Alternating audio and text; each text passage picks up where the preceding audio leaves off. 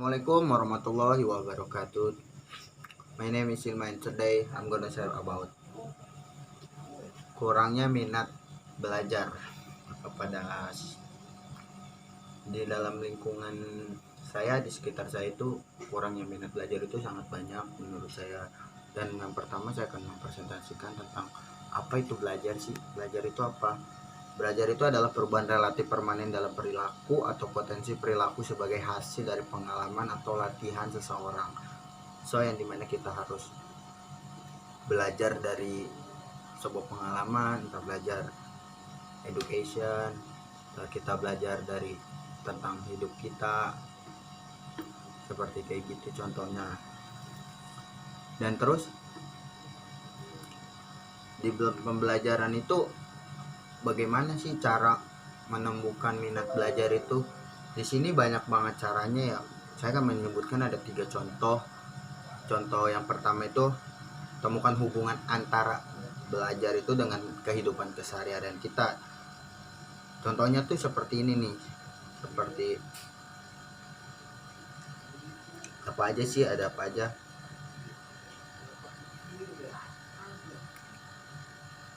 Satu yaitu kan hubungan sudut pandang kita dalam belajar itu kan banyak.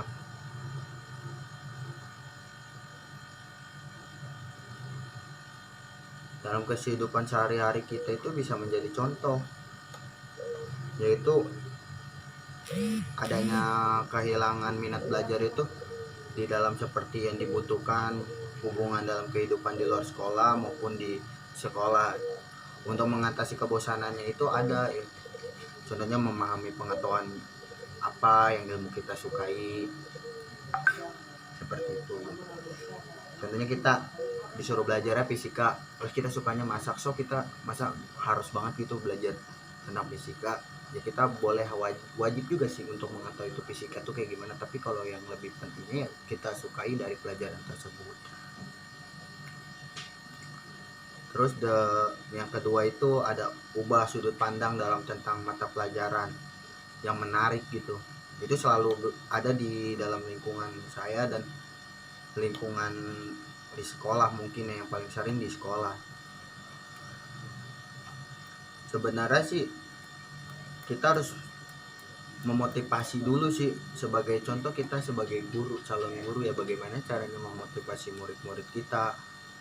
Yaitu contoh motivasinya ada Estrenix gitu, motivasi Estrenix. Nah manfaatnya itu ya sebagai batu loncatan doang. Nah jika kita mau contohnya mau melanjutkan perguruan tinggi ya batu loncatannya apa? Kamu ya harus lulus SMA, ya kamu harus belajar lagi dong, seperti itu. Nah yang terakhir itu ada, yang terakhir tuh kita ada ketahui pandanganmu tentang belajar. Bagaimana kita harus ketahui pandangan kita tentang belajar tuh, jadi jika kurang berminat dalam mata pelajaran tertentu, contohnya kayak matematika, ya kita harus ubah tuh sudut pandangnya. Matematika tuh sebenarnya ya so interesting gitu, mengasihkan.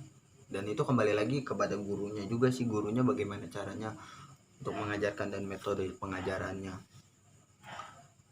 Ya guru tuh sebenarnya harus kreatif.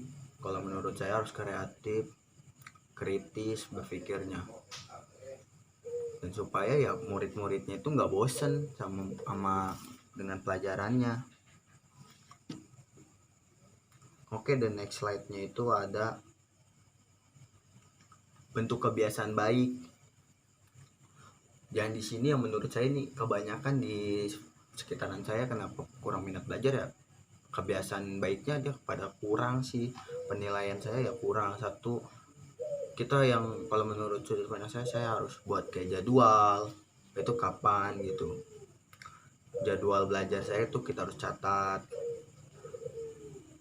Nah kalau emang kita udah menyelesaikan tugas barulah kita boleh bermain, tapi selagi kita belum selesai tugas-tugas kita, kalau saya rasa kita lebih baik jangan bermain dulu.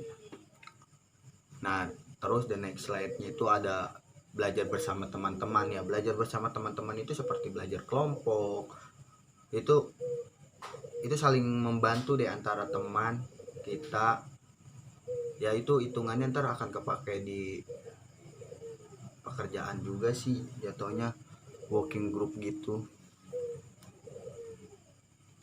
Nah, slide kelima itu mengapa minat belajar itu kurang. Satu, ini di sini ada 1 2 3 4 5 6 contoh. Itu yang satu itu minat, yaitu minat tuh ada apa aja.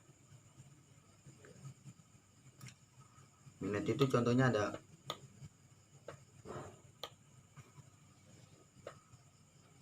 minat, yaitu malas juga bisa memicu tuh.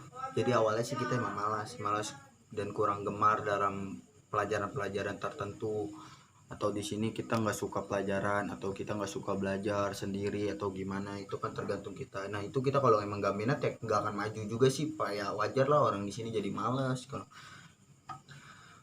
Dan yang kedua itu masalah pribadi itu yang memicu juga. Jadi jangan pernah bosan untuk mengenali semua orang itu secara personal. Contohnya karakter saya terbentuk pertama kali sejak dari rumah itu kayak gimana, apakah saya malas atau enggak, seperti itu. Dan yang ketiga itu tidak adanya panutan sih. Kalau emang nggak ada panutan, kita itu is nothing banget gitu, buat learning itu nggak ada. Terus yang keempat itu bagaimana cara menyampaikannya sih. Contoh kalau saya mengajak teman saya belajar sih, saya menyampaikannya bagaimana, apakah kita memaksa atau enggak. Kalau setahu saya lebih baik kita nggak usah memaksa dia. Dan memaksa, kalau umpamanya kita guru ya jangan memaksa siswa-siswa kita lah.